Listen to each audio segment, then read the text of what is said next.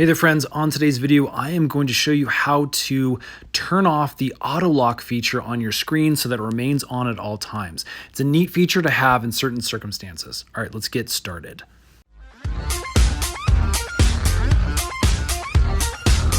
Okay, so like I said, I'm on my iPhone, and what we're gonna do is we're gonna go into settings, and then in settings, just make sure about halfway down you can see there is that display and brightness setting. We can click on that, and this brings us into all sorts of options for our display and brightness.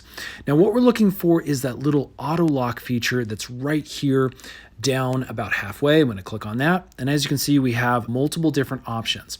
Now depending on how long you want your screen to be on for, this is where you can set it. So the default obviously is going to be 30 seconds, and iPhone wants to save battery life, it'll turn off automatically. Again, you can put it all the way down to never. Just know that this is going to drain your battery life unless you hit that power button to automatically put it into that screen off mode. So we can also go just a really lengthy time, like 5 minutes, and anywhere in between. So at this point, I'm just going to keep it back on 30 seconds. Once you've selected the one you want, go ahead and click that back button, and then go back into settings, and everything should be saved.